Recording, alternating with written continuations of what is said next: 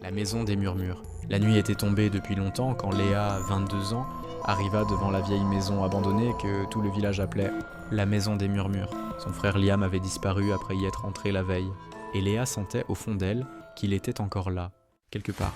En poussant la porte, une odeur de poussière et de froid l'enveloppa. Les murs semblaient respirer, lentement, comme si la maison était vivante. Liam, sa voix se répercuta mais quelque chose répondit, un murmure. Elle se retourna d'un coup, personne. Léa s'avança dans le couloir, elle vit des empreintes fraîches, comme si quelqu'un venait de marcher pieds nus dans la maison. Elles n'étaient pas celles de Liam. Un bruit sourd résonna à l'étage, un choc. En montant les escaliers, Léa sentit l'atmosphère se refermer autour d'elle. Dans la chambre principale, elle trouva un vieux miroir fissuré. Sur le verre apparaissait une phrase écrite. « Ne regarde pas derrière !» Son souffle se bloqua, un frisson lui parcourut le corps.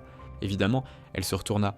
Une silhouette blanche, immobile, sans visage, se tenait au fond de la pièce. Elle glissait. Léa recula, trébucha et le miroir se brisa au sol. Au moment où les éclats touchèrent la poussière, la silhouette disparut. Mais quelque chose d'encore plus effrayant apparut.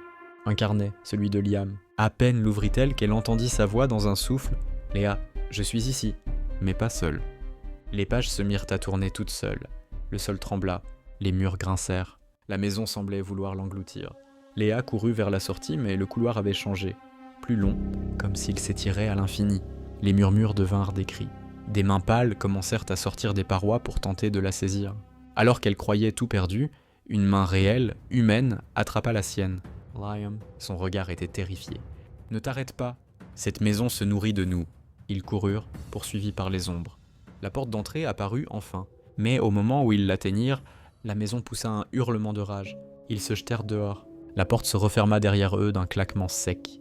Quand ils reprirent leur souffle, Léa se retourna.